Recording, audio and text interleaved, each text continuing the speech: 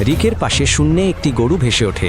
টর্নেডোর দ্বারা প্রাণীদের উপরে তুলে নেওয়া হতে দেখা যায় এবং বেশিরভাগই আছড়ে পড়ার সাথে সাথেই মারা যায়। তাদের বেঁচে থাকার সম্ভাবনা ক্ষীণ, কিন্তু আমাদের ভিডিও তেজবাই এখনও জীবিত।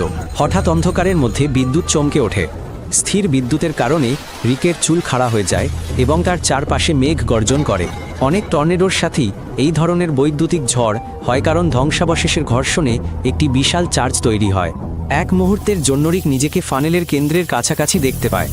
সেখানে তুলনামূলকভাবে শান্ত, কিন্তু এই শান্তভাবটি বিভ্রান্তিকর। ঘূর্ণন চলতে থাকে এবং যে কোনো মুহূর্তে তাকে পিছনে ছুঁড়ে ফেলা হতে পারে। ঘূর্ণির ভেতরের চাপের পার্থক্য এমনকি শ্বাস প্রশ্বাসকেও প্রভাবিত করতে পারে। মানুষের ক্ষেত্রে এই ধরনের অবস্থা কানের পর্দা ফেটে যাওয়া এবং ফুসফুসের কার্যকারিতা সীমিত করার কারণ হতে পারে।